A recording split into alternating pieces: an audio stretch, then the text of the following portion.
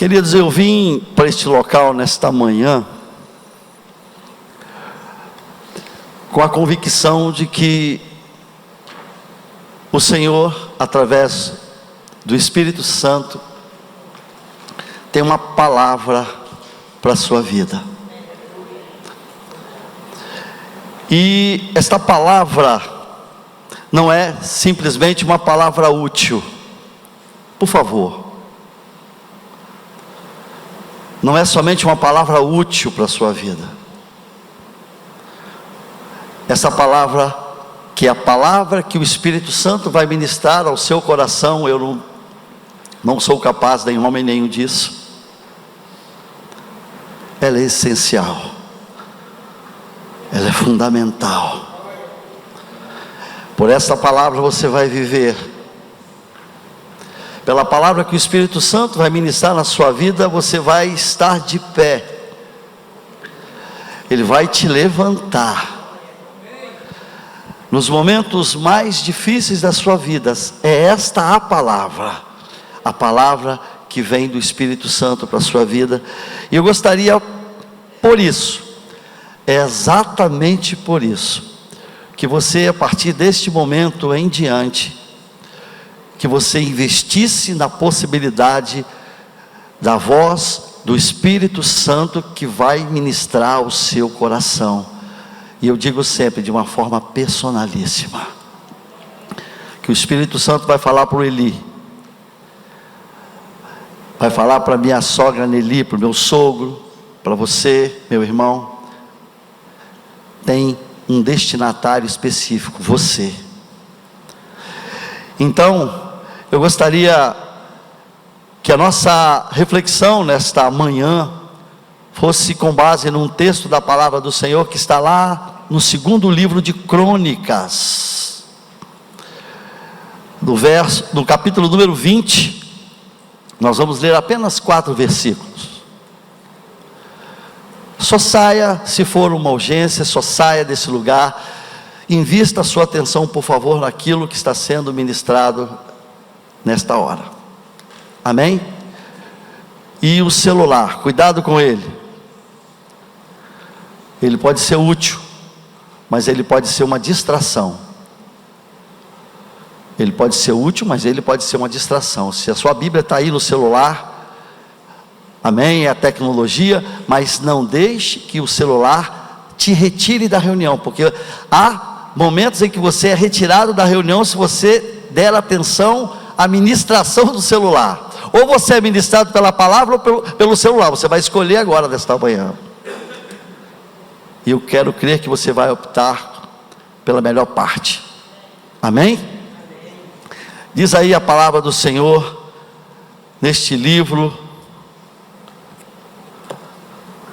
a chamada Velha Aliança, 2 Crônicas 20, 1-4, diz assim: depois disto, os filhos de Moabe e os filhos de Amon, com alguns dos meunitas, vieram a pelejar contra Josafá, rei de Judá. Então vieram alguns que avisaram a Josafá, dizendo: grande multidão vem contra ti, da além do mar e da Síria, eis que já estão em Hazazon Temar, que é em Gedi. Então Josafá teve medo e se pôs a buscar o Senhor, e apregoou o jejum em toda Judá. Judá se congregou para pedir socorro ao Senhor. Também de todas as cidades de Judá veio gente para buscar ao Senhor. Queridos, esses livros de crônicas, tem aí Samuel, depois Reis, depois Crônicas, ele foi escrito depois do cativeiro babilônico. O cativeiro babilônico durou aproximadamente 50 anos, no século 5 a.C. Eu anotei de 586 a 538. Israel só experimentou a libertação quando o rei da Pérsia, Ciro I, conquistou a Babilônia. Então, os judeus puderam retornar a Jerusalém, e você pode conhecer a história lendo a palavra. O texto nos diz que Josafá, o rei de Judá, nessa época, recebeu essa notícia de que os amonitas e os moabitas estavam vindo contra ele numa grande multidão. Os amonitas e os moabitas são da parentela, descendentes de Ló, e estavam vindo numa grande multidão com outros povos para tomar aquelas terras. O texto também retrata como estava e como ficou a alma de Josafá naquele momento, não só de Josafá, mas de todo o povo de Judá. Por que isso aconteceu? Porque havia uma grande, uma enorme, uma monumental desvantagem entre o poder de guerra dos seus opressores e o poder de defesa de Judá.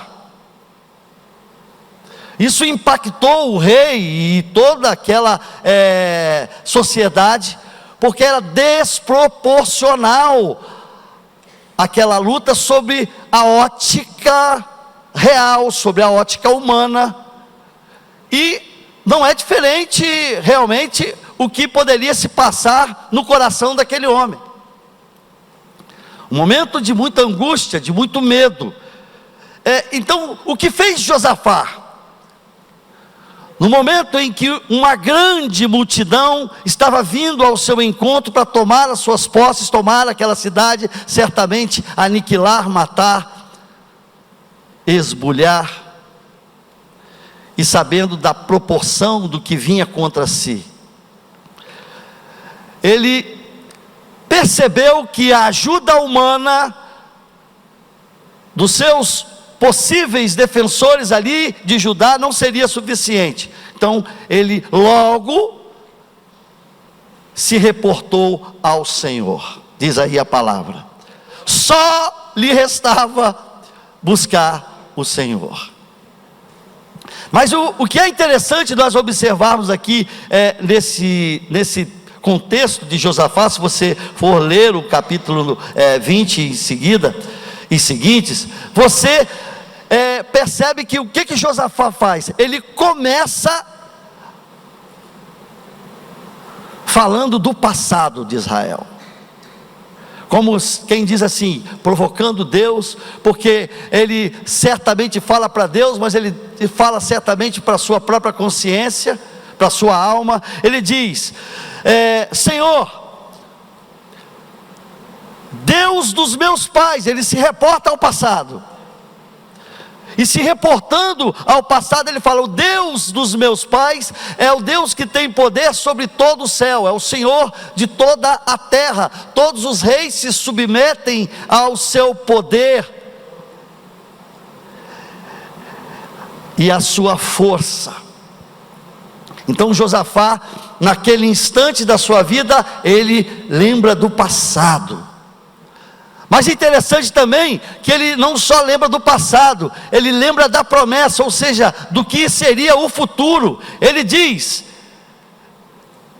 Senhor, Deus de Abraão, Deus que nos deu por herança esta terra, nos deu a posteridade a Abraão. E ele diz lá no verso 7, sabe quem era Abraão, Senhor?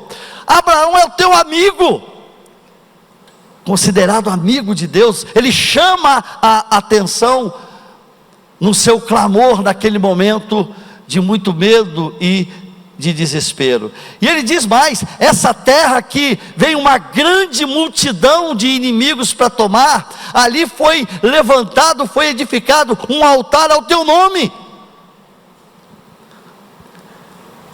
Na sua súplica, naquele estado de espírito em que ele se encontrava. Mas, na realidade, o socorro que ele estava suplicando ao Senhor era em relação ao seu momento presente. Ele se reporta ao passado, de quem Deus era, daquilo que ele havia feito em prol do povo. Ele também navega para o futuro, dizendo que a posteridade foi prometida àquele povo. Ele exalta o Senhor, dizendo que ali tem um marco, um altar erguido ao Senhor. Mas a sua agonia, o que ele quer apresentar é a sua situação presente. Ele navega no passado, vai lá no futuro, mas o que ele quer expor para o Senhor é a sua agonia, é o seu presente, é o seu momento, o que ele está vivendo. Que Deus, ele espera desesperadamente que aquele Deus do passado e o Deus que prometeu algo para o futuro venha em seu socorro agora, nesse momento, porque se aproximam os inimigos, estão na iminência da destruição. Eu coloquei aqui uma observação, que muitas vezes isso acontece conosco. A realidade que nós estamos vivendo muitas vezes nos leva a pensar: meu Deus, como eu era lá no passado, como era a minha saúde. Lá no passado eu era feliz e não sabia. Você já se pegou nesse tipo de raciocínio? Você era melhor marido quando eu te conheci. Se reporta ao passado: no passado eu tive tantas experiências com o Senhor. Meu Deus, mas parece que Deus me abandonou. No passado, você vive no passado, no passado. No passado tinha isso, tinha aquilo. Aí você, aquele saudosismo, e com isso você manifesta a sua frustração para o seu presente. Seu problema é aqui, é a multidão dos seus inimigos. O problema é aqui, e você, para tentar fugir da presença da multidão, das suas tribulações, você navega ao seu passado. Josafá estava experimentando exatamente isso. Às vezes ficamos ancorados no passado e sonhando com o futuro, ancorados lá no que aconteceu, na péssima experiência, no pai que foi ruim, no pai que foi ausente. E hoje eu não consigo perdoar este homem, hoje eu não consigo ter comunhão com meu irmão. Por quê? Porque no passado é o que está guardado, é o que está ancorado, é o que está marcando a minha existência hoje. O passado me dá uma realidade que eu vivo hoje. Eu não vivo hoje o dia de hoje, eu vivo hoje o que aconteceu no passado. Estou preso a esse passado. Muito sério isso pode estar acontecendo com alguns de nós, sem que você perceba, ancorado, pensando: eu espero dias melhores. Aí você reporta lá. Nesta manhã, eu quero, em nome do Senhor, convidar a todos vocês, porque o Senhor já me convidou e eu também tive que fazer essa introspecção. O que é isso? Eu gosto muito do tratamento celular, aquele da Fátima, do Tite. Não é uma coisa geral, é o celular, aquilo que é para mim, aquilo que eu sou o destinatário. Essa introspecção, ou seja, uma reflexão sobre a sua existência. Introspecção: como você está hoje, qual a sua realidade hoje, no que você está realmente fixado hoje. Não é glórias do passado, não é expectativa para o futuro, simplesmente hoje, o que você está vivendo hoje, o que você está reagindo, porque você tem uma alma, você tem uma vida, o que ela tem se manifestado hoje aqui na sua vida. Como está a minha vida hoje? Como está a sua vida hoje? Eu já vou começar pelos nossos adolescentes, que foi dado um aviso aqui. Nossos adolescentezinhos, como é que está a sua vidinha hoje? O que está fazendo a sua cabeça? O que está assim, enchendo o seu coração de desejo, que está fazendo os seus olhos brilharem. Começo a falar com você, o que está acontecendo com você, meu jovem? Como é que está a sua alma hoje? Você adulto, você homem casado, já formado, você mulher, mãe de família, você viúva, a solidão daquele que se foi, por conta daquele que se foi, não é verdade? Às vezes vem aquela saudade, o viúvo, daquela companheira. Quem sabe você está aí, num isolamento, navegando por essas coisas que estão instaladas no seu coração. A ceia é um convite à introspecção, aqui. A ceia é um convite à introspecção. A Bíblia diz, 1 Coríntios 11, 28, examine-se o homem a si, é introspecção. Como é que você está nessa manhã? Ao tomar conhecimento, no caso de Josafá, do que estava por vir, o seu coração foi tomado de muito medo. E quando a gente é tomado pelo medo, duas reações podem acontecer: a fuga ou o enfrentamento. O medo provoca isso, não é verdade? Ou você se prepara para combater, ou você se prepara para fugir. Ou você se esconde ou você encara. Estava ouvindo ontem, vendo com Maristela um caso que ocorreu, salvo engano, nos Estados Unidos, aonde um urso viciado em cocaína ficou violento, e a orientação era o seguinte: esse tipo de urso ou você enfrenta, que ele, se você correr, ele vai atrás de você para te devorar. Você precisa enfrentar. Se você enfrentar o urso, quem em sã consciência vai enfrentar o urso? Está maluco, irmão? Uma grande multidão ou enfrenta, ou corre, ou se esconde, fica quieto. Eu digo a você que há alguns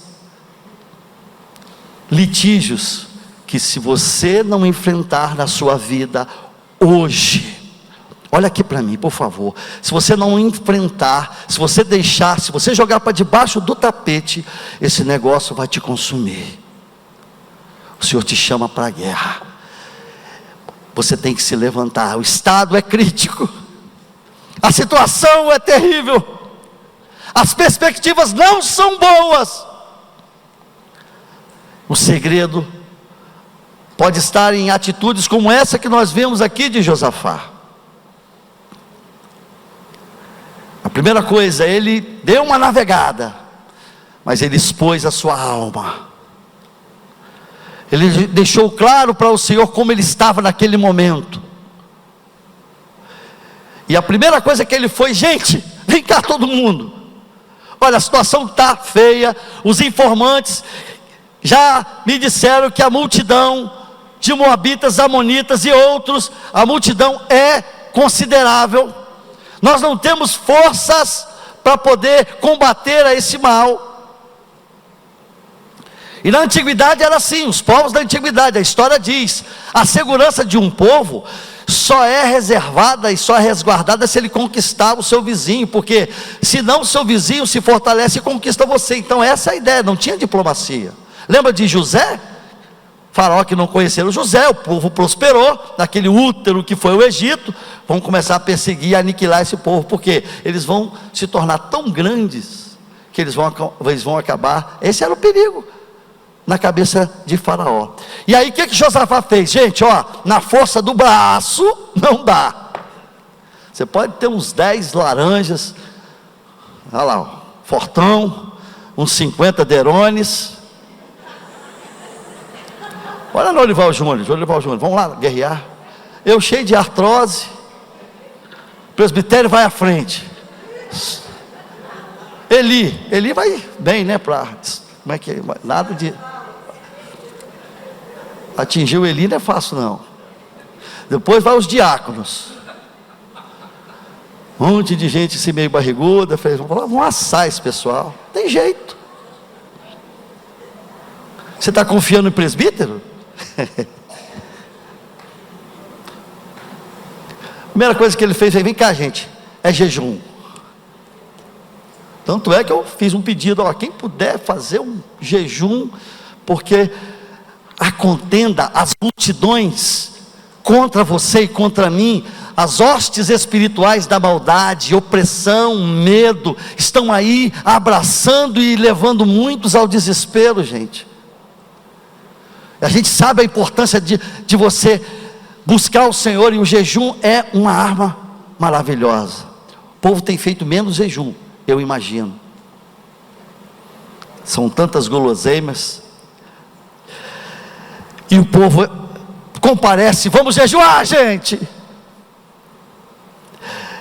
E ele diz assim: Josafá diante da congregação, ele junta o povo, a congregação, e se dirige ao Senhor: ó Senhor, Deus de nossos pais, que tem o domínio de todas as coisas e reinos da terra.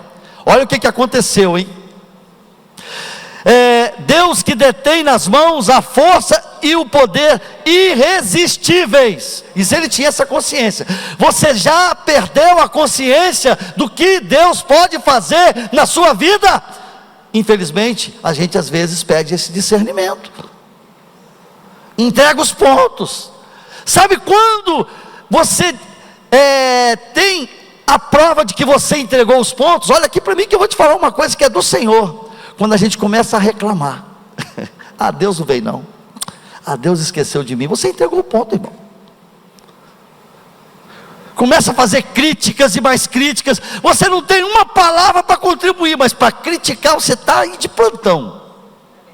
Está anotando aí, o irmão demorou demais e tal.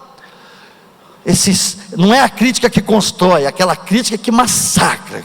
Eu vou criticar para ver se eu vejo esse sujeito prostrado. Infelizmente o ser humano é mau, irmãos. É mau.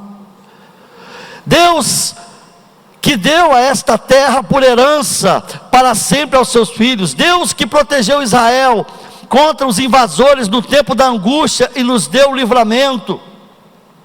E ele ministrando jejum e ministrando o próprio coração com a possibilidade de Deus diante da grande multidão de adversários. E aí vem o desabafo. Coisa linda. Coisa linda. Olha aí, larga essa maquiagem aí de que você é super, que nós não somos nada. Se não for a misericórdia de Deus, o sujeito anda como se fosse, caramba, aquela pessoa ali, espiritualmente, às vezes nada disso. Ele diz assim, ele fala sobre a sua vida presente. Interessante que ele glorifica a Deus, vai lá no passado, vai no futuro, mas aí ele fala qual é a dele ali. Senhor, sem maquiagem, como diz aí a juventude, na moral, com clareza, só entre nós não temos força. Se depender da liderança dos grupos familiares tão somente tal, da força do braço, simplesmente do mover, do ativismo, do vai, vem, reúne, louva e faz, isso tem a sua importância no bojo daquilo que é a presença de Deus, que sem presença de Deus só é movimento. Sem unção de Deus, sem mover de Deus, só é movimento. Para de estar envolvido com o movimento, busque a presença. Por isso você tem que dizer: Senhor, é comigo, eu estou fraco, eu não tenho forças, me ajuda.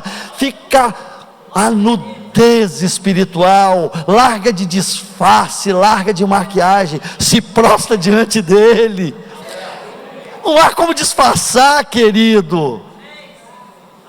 Não tem como, ele te conhece, sabe como você está vivendo. E aí ele sela, aí ele selou.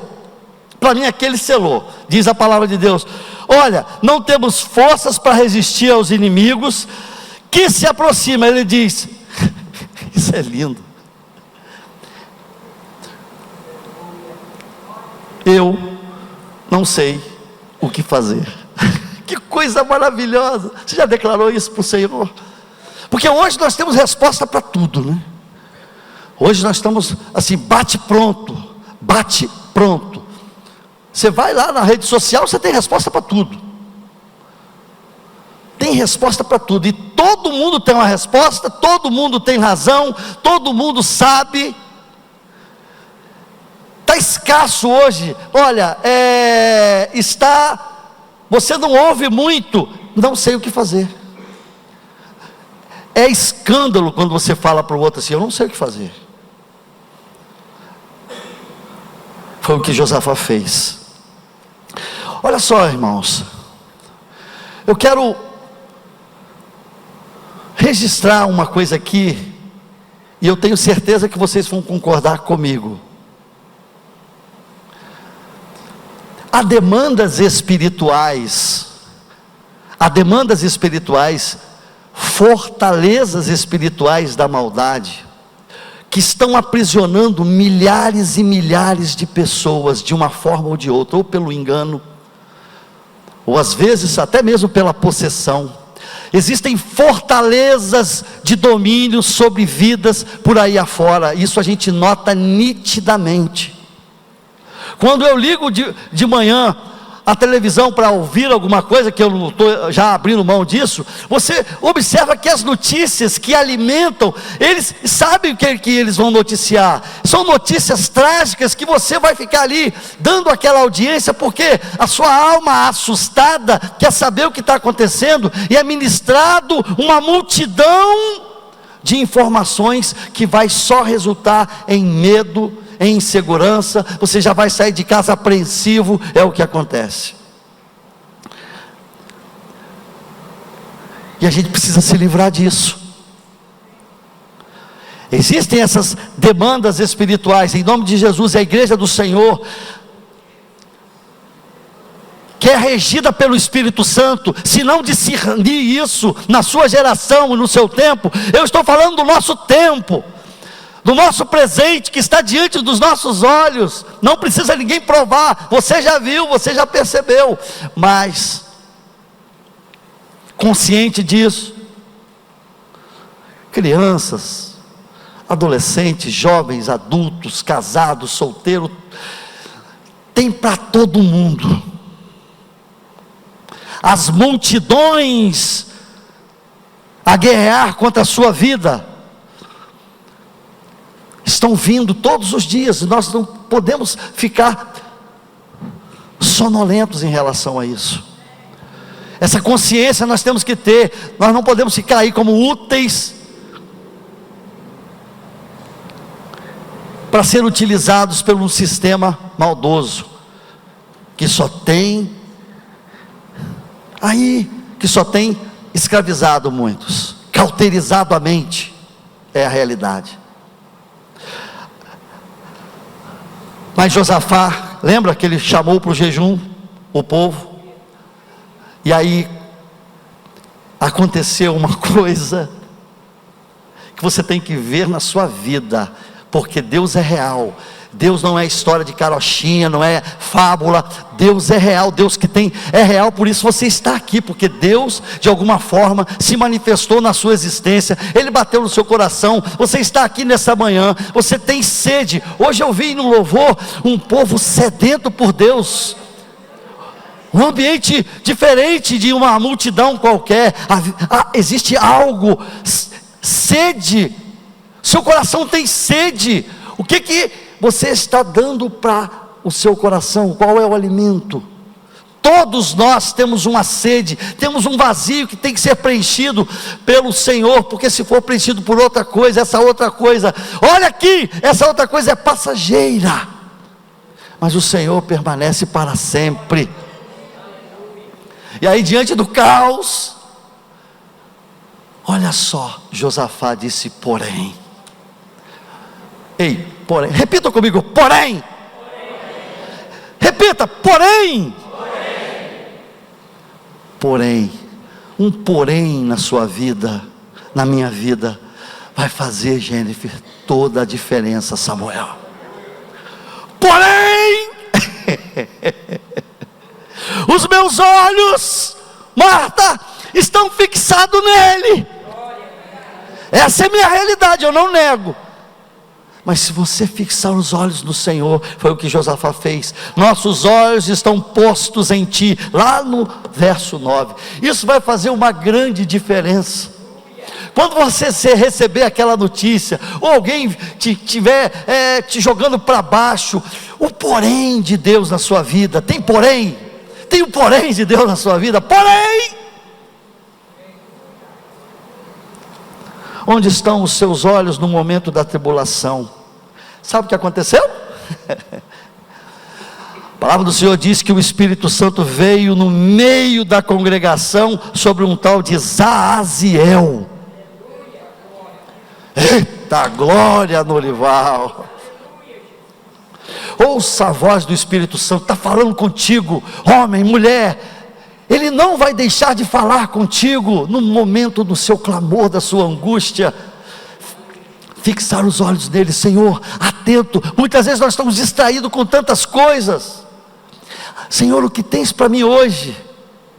Porém, está acontecendo, porém, nesse momento o Senhor diz a Josafá, e todo o povo que estava ali, está lá no verso 15, que está à frente aí do que nós lemos: não temas, escuta isso, ele estava movido por medo. Não temas, não vos assusteis. Quem está dizendo não sou eu não, gente, quem estava dizendo é o Senhor. Qual a sua situação? É crítica demais? É Deus falando. Não temas, não vos assusteis. Você está escandalizado, você está aí reprimido, por causa da realidade que está diante dos seus olhos. Qual é a sua realidade? Trágica, difícil, complicada. Mas ele está dizendo: não temas, pois essa peleja é de quem? É minha, diz o Senhor. Gente, quando você tem a convicção, olha aqui, por favor. Porém, faz toda a diferença. Quando você toma posse de que essa peleja, eu não sei qual é a sua, mas essa peleja, quando você fala assim: Senhor, não é mais minha. Por que o Senhor vai receber a sua peleja? Quando você entregar de fato, de coração, sem aquela coisa temporária. Depois você começa a reclamar, porque quem entregou hoje, amanhã a coisa não mudou, porém eu entreguei, Senhor, eu espero em Ti. Uma semana e a coisa não mudou, Senhor, porém está nas Tuas mãos, eu vou esperar. Porém, eu não tenho visto, os meus olhos não têm visto a coisa acontecer com meu filho, com a minha filha, com a minha casa, com meu marido. Porém eu espero no Senhor, na hora de Deus. Quem impedirá o mover do Deus absolutamente poderoso? Ele é irresistível. Aleluia. A sua peleja é sua ainda? Meu querido, por isso que você está na derrota. A sua peleja está na sua mão. Você não entregou de fato, de coração. Que quem entregou não reclama que está na mão. Porque se a batata está quente e você entregou, o ardor da batata quente já não pode estar mais na sua mão, certo? Você entregou. Não é fácil, mas a entrega é fundamental. Ficai parados. Olha só isso, gente. Por que a Bíblia, o Senhor fala assim para você ficar parado? Sabe por que você tem que ficar parado? Porque você não tem que se movimentar para fazer nada, porque quem vai se movimentar é o Senhor por ti. A peleja não é dele. Ludmila, espera em Deus, querida. Fica paradinho. Você orou e entregou o sujeito. É para você não ficar ansioso, parado, quietinho. Sabe por quê? Se você ficar parado, o que vai acontecer? Você vai ver. Porque se você não está parado, você andando para lá e para cá, consegue ver alguma coisa, Nandir? para lá, para cá. Marta, Marta, sossega aqui no pé do Senhor. Olha Maria, vamos ser Maria, não é vai com as outras, é a Maria da palavra. Se aquieta, aquieta sua alma. Você vai ver coisas grandes, vai acontecer na sua vida. Toma posse, você toma posse disso? Eu tomei. Coisas gigantescas, essa multidão de inimigos, você vai ver o que vai acontecer.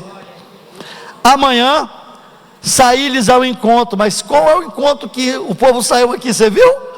Que coisa! Diz aqui, Josafá e todo o povo prostraram e adoraram o Senhor. Jejum, entrega, prostração e adoração. A gente tem feito isso? Deus não resiste. Gente, a essa conduta nossa de servo, de entrega, Leti, você jejua porque você crê na operação do Senhor, o seu organismo vai ficar mais receptível, mais sensível. Você se prostra diante dele, você entregou, você o adora. E saíram na batalha. Já viu isso? Como é que eles vão sair na batalha? Salmo 136 diz lá, né? Rendei graças ao Senhor, porque a sua misericórdia dura para sempre. E no lugar de colocar armas de guerra, de colocar aquilo que Saul, armadura, não, vocês vão se vestir. Aí organizou cantores para adorar o Senhor, seus trajes de adoradores. Coloca traje de adorador, menino. Você não tem que guerrear porque você não tem força, como Josafá. Saíram da batalha louvando em voz alta. Que povo barulhento é esse? Nos momentos mais difíceis da minha vida, me vem à mente um louvor que todos conhecem, e alguns sabem. Inclusive meu filho, o Renan, quando foi aprender a tocar trompete, ele subiu lá para aprender lá com o professor, e quando eu estava para buscá-lo, eu estava ouvindo um trompete soando algo mais ou menos assim. Trompete, mesmo arranhando, estava vindo o seguinte louvor: então minha, não me deixem sós.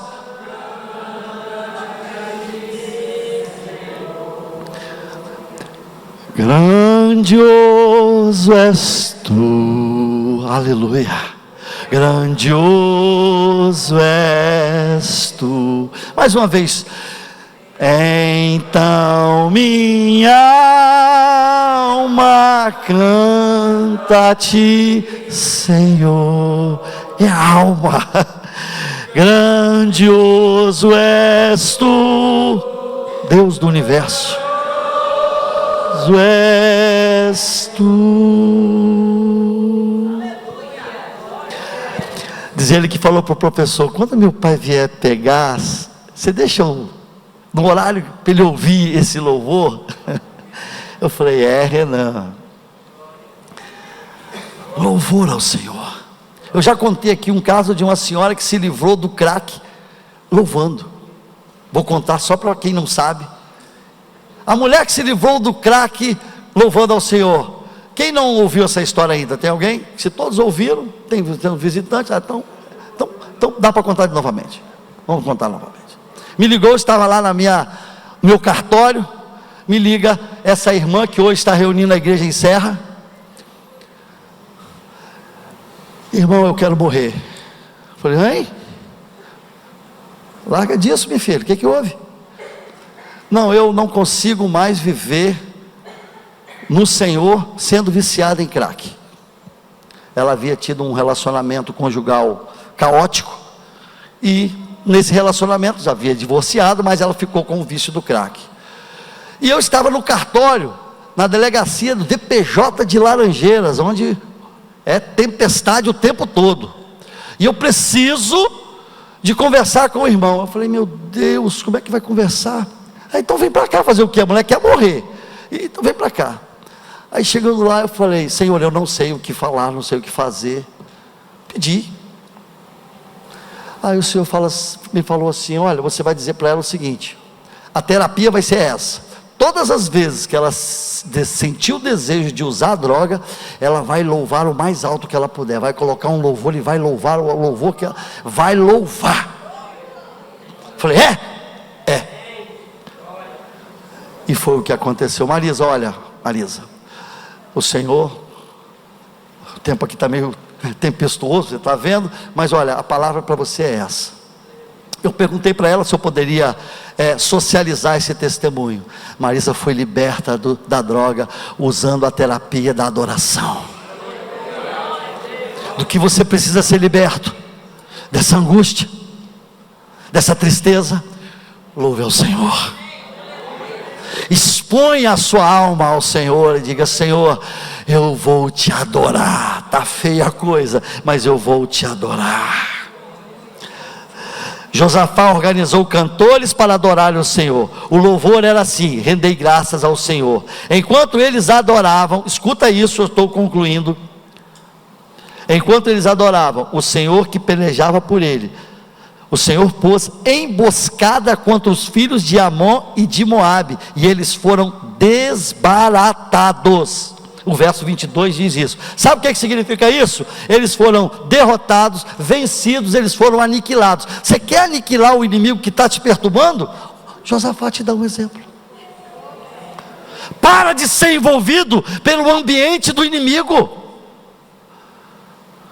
Não permita isso na sua vida, porque o Senhor que peleja por ti, Ele tem algo a fazer contra os seus inimigos. Ai daquele que se levanta contra aquele que está com sinceridade na presença do Senhor. Diz a palavra do Senhor que ao final, Judá, do alto do monte, viu que a multidão dos inimigos, sabe o que aconteceu? Eram corpos mortos, e não foi avistado nem um sobrevivente. Você quer que o inimigo da sua alma, não estou dizendo pessoas, não, que você não, quando o Senhor pelejar contra o inimigo, aquilo que está te atingindo, não vai dar coisa boa para o seu inimigo, mas, olha, e o local foi chamado Vale da Bênção. O local foi denominado Vale da Bênção. E olha, o que se sabe é que todos os reinos daquelas terras foram tomados de terror ao saberem que o Senhor havia pelejado contra os inimigos de Israel. Escuta aqui que eu quero te dizer uma coisa agora.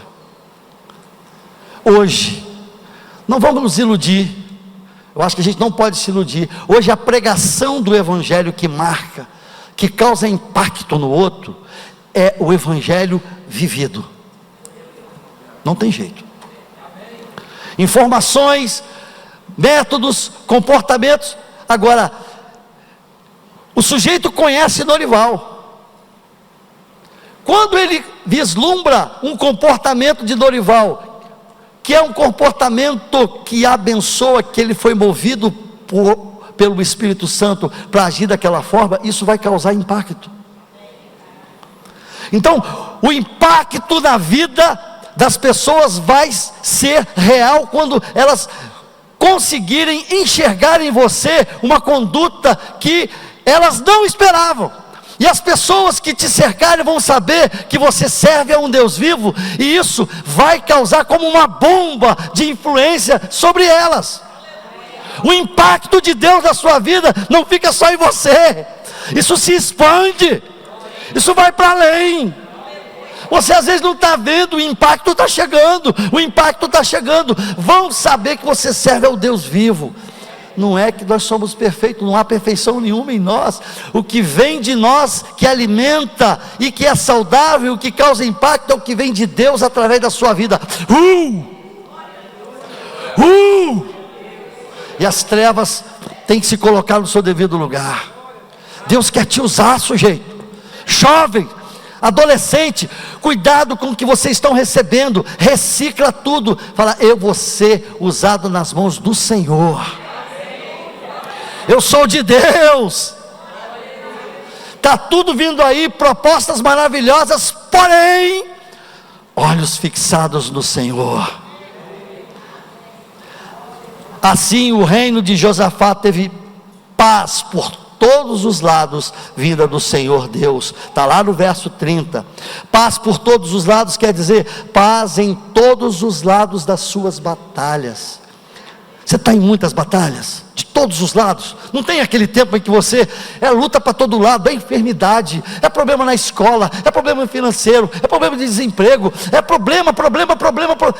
Olha, a promessa do Senhor para a sua vida, eu digo isso em nome de Jesus, é paz em todos os lados da sua batalha. Se você recebe isso aí, diz amém. Aleluia.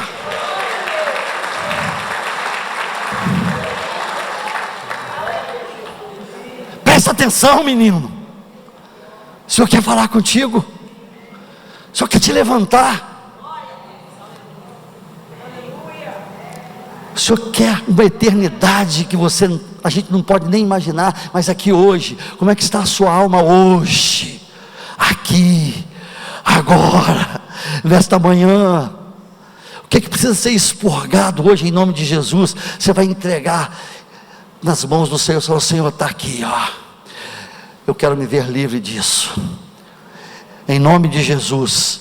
E eu coloquei, é assim como aconteceu com Josafá, é por razões igual a que nós expomos aqui, é que o Senhor nos deu um memorial.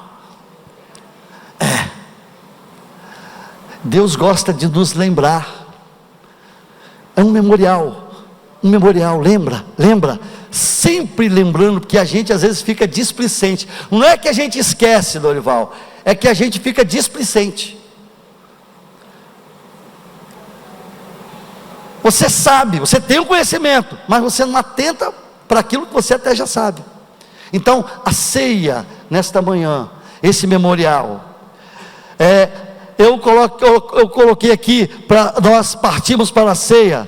O Senhor nos deu um memorial, que é a ceia, que é essa introspecção, que você deve fazer, como você está aqui nesta manhã. A cruz que fez Deus o nosso Cristo, a cruz que fez Jesus o nosso Cristo, a cruz fez Jesus o nosso Cristo, foi nos dado o seu corpo em sacrifício. Você entende isso? A ceia é justamente para você celebrar o Senhor, por conta das suas batalhas, desses momentos de grande luta, que você tem que lembrar que nos foi dado o Senhor Jesus Cristo, que se convolou no Cristo, que entregou a sua própria vida, para que você fosse o vencedor dessa batalha, para que você contemplasse a queda dos seus inimigos, toda a dor, do medo, da angústia, das enfermidades e de todo o pecado. Foi esse o sacrifício, e a lavagem pelo sangue purificador, porque Deus amou o mundo de tal maneira que nos deu Jesus, o Salvador.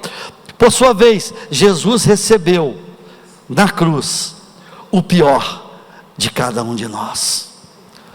O pior da sua vida, Alessandro, foi recebido na cruz, da sua também, Nanine, na minha, França, de todos nós. O pior que há em ti foi recebido na cruz, e é por isso que nós somos vitoriosos. Por quê? Porque seremos justificados, porque o pior que há em nós não ficou em nós, porque Ele recebeu por nós.